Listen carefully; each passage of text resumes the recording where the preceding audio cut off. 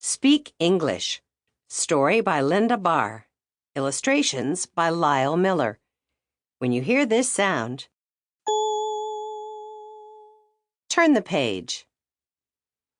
Chapter 1. A big crowd of people rushed toward us, looking for their friends and families.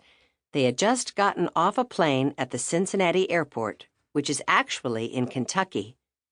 I'd never seen Uncle Arturo in person, but it was easy for me to spot him. With his short beard and round glasses, he looked just like his pictures in our scrapbooks at home. He also looked a lot like my mom, except for the beard, of course. That made sense, since Mom was his sister. "Hola, Tio Arturo," I called. That meant, "Hello, Uncle Arturo." Mom had told me that Uncle Arturo didn't speak much English. I wanted to show him that I spoke Spanish, at least a little. Uncle Arturo hurried over to us and gave me a warm hug. "Hola, Isabel," he said. Then he spoke so fast that I caught only a few words. I knew that niña meant girl and sobrina meant niece, but the words in between, well, I glanced at Mom for help, but she just winked at me. I do understand a lot of Spanish, as long as it's spoken slowly.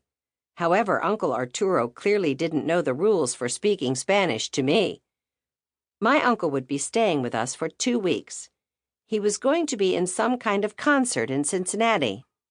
His wife, Aunt Carmen, couldn't take 2 weeks off from her job. She had to stay at home in Mexico City. Uncle Arturo played the violin, and my mom played the piano. She wouldn't be playing in the concert, though. Still, she gave lessons to kids almost every day after school and on Saturday mornings. She had taught me how to play the piano, too. I wondered if Uncle Arturo gave violin lessons back in Mexico City. Maybe I would ask him, as soon as I figured out the right words in Spanish. When we got home, it was already dinner time. Mom had prepared a feast to welcome Uncle Arturo to Cincinnati. She had even made her famous corn tortillas. Tonight, she stuffed them with chicken to make enchiladas. We also had plenty of fresh, homemade salsa, of course. It was a warm day for late October, so after dinner we sat on the front porch and talked. At least, Mom, Dad, and Uncle Arturo talked. My mom and Dad were born in Mexico, so they speak Spanish well. My brother, Greg, was only 6. He knew about as much Spanish as I did, so the two of us didn't add much to the conversation.